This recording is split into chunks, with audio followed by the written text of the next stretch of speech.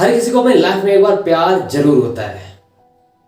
हर किसी का ब्रेकअप भी होता है। गर्लफ्रेंड हो या बॉयफ्रेंड हो, ब्रेकअप तो होना ही है, या हस्बैंड या वाइफ हो, ब्रेकअप होता ही है। लेकिन आज का ब्रेकअप कुछ अलग है, हटके है, पिता और बेटी का। कविता एक बार किसी लड़के से शादी करके मेरे पापा के पास आया, बोला पापा ये आशीष है और मैंने इससे शादी कर ली। उसके पापा को बहुत गुस्सा आ रहा था, लेकिन वो समझदार थे, उस गुस्से को पूरा अंदर रखा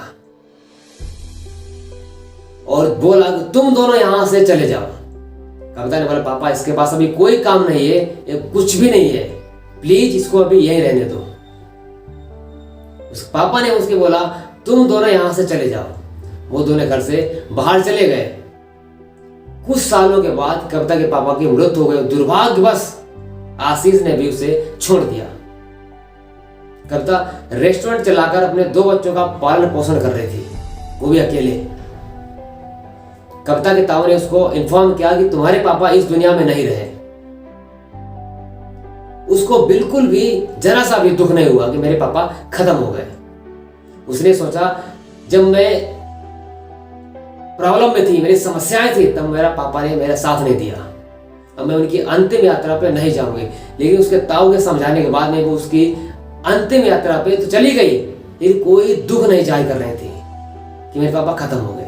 उसके दिमाग में एक ही बात थी कि मुझे पापा ने घर से निकाल दिया था जिस टाइम पे जरूरत थी मुझे, क्योंकि 13वीं भी थी, सब मेहमान आ रहे थे, जा रहे थे, सब क्रियाक्रम हो रहा था, सब कुछ हो रहा था। शाम को उसके ताऊ ने उसको एक लेटर दिया कि तुम्हारे पापा ने बोला था कि कविता को दे देना। उस लेटर को वो कमरे में जाती है, पढ़ती है। उसमें लिखा था मेरी प्यारी बेटी, मुझे पता तुम मुझसे बहुत नाराज हो। जब तुम दर दर की ठोकरें भी खा रहे तब भी मैंने तुम्हें नहीं बुलाया।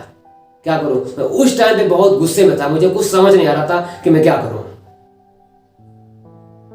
जब तुम 5 साल की थी तब तुम्हारी मां तुम्हें छोड़कर चली गई थी। जब तुम पढ़ने जाती थी तब मैं गेट पर स्कूल के बाहर पूरा दिन बैठा रहता था। वो मेरा कच्चा पक्का खाना बनाना जब तुमको अच्छा नहीं लगता था तो मैं दोबारा खाना बनाता था, जिससे मेरी बेटी भूखी न रह जाए। जब तुम रात भर पढ़ती थी उस टाइम में रात भर जागता था तुम्हारे साथ में और चाय बना कर देता था, जिससे तुम आगे कुछ बन सको। जब तुम बड़ी हुई, तुम्हारे बड़े होने पर भी तुम्हारे छोटे छोटे कपड़े पहनना, क्लब जाना, ड्रिंक्स करना, वहां तक कि मैंने साथ दिया।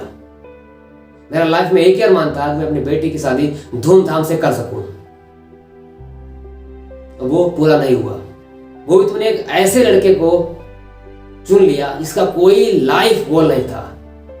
उस आशीष के बारे में मैंने पता किया था, उसके पास सिर्फ वासना और पैसों सिवा कुछ नहीं था। वो लड़कियों को वासना और पैसों के लिए यूज करता था, उनकी जिंदगियां बर्बाद करता था। मेरा एक ही अरमान था कि बेटी की धूमधाम से शादी करूं, और तुम्हारी वजह से मैंने दूसरी शादी कभी नहीं की, जिससे मेरी बेटी को कोई तकलीफ ना हो। उस लेटर में ये सब कुछ लिखा हुआ था।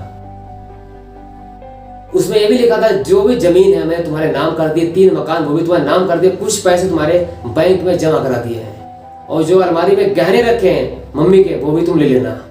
ये सब कुछ तुम्हारे ही है। सिर्फ मेरा एक ही चीज था, मेरी एक ही अरमान थी, वो तुम्हारी शादी। वो मेरी किस्मत में नहीं था। ये सारी बातें जब अपने ताऊ को बताती है कविता, ताऊ ने कहा कि जो रेस्टोरेंट तुम चला रही वो भी तुम्हारे पापा ने ही पैसे दिए थे खोलने के लिए।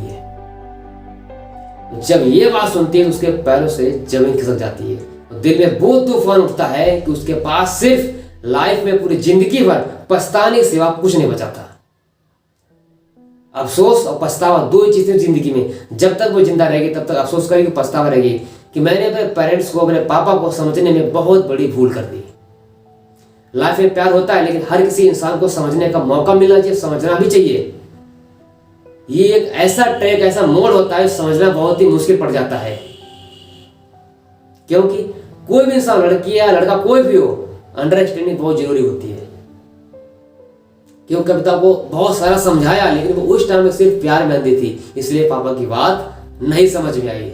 लेकिन उसका रिजल्ट आज मिल गया कि शायद मैंने पापा की बात उस टाइम मान ली होती। दोस्तों कहीं ना कहीं हम गलती करते हैं अपने पेरेंट्स को समझने में। कभी भी कोई भी काम जल्दबाजी नहीं करना चाहिए, हमेशा बिगड़ता है। प्यार भी करें तब भी सोच समझ के कोई भी काम करें, तब भी अंडरस्टैंडिंग बहुत जरूरी है। जल्दबाजी में उठाया कदम हमेशा आपको बर्बादी की तरफ ले जाता है। यह आपको स्टोरी कैसी लगी? मेरे चैनल को सब्सक्राइब कर देना और लाइक कर देना अगर आपको ये वीडियो अच्छी लगी हो, और बेल आइकन को दबा देना जिससे आने वाली नई नई वीडियो आपको मिलती रहे।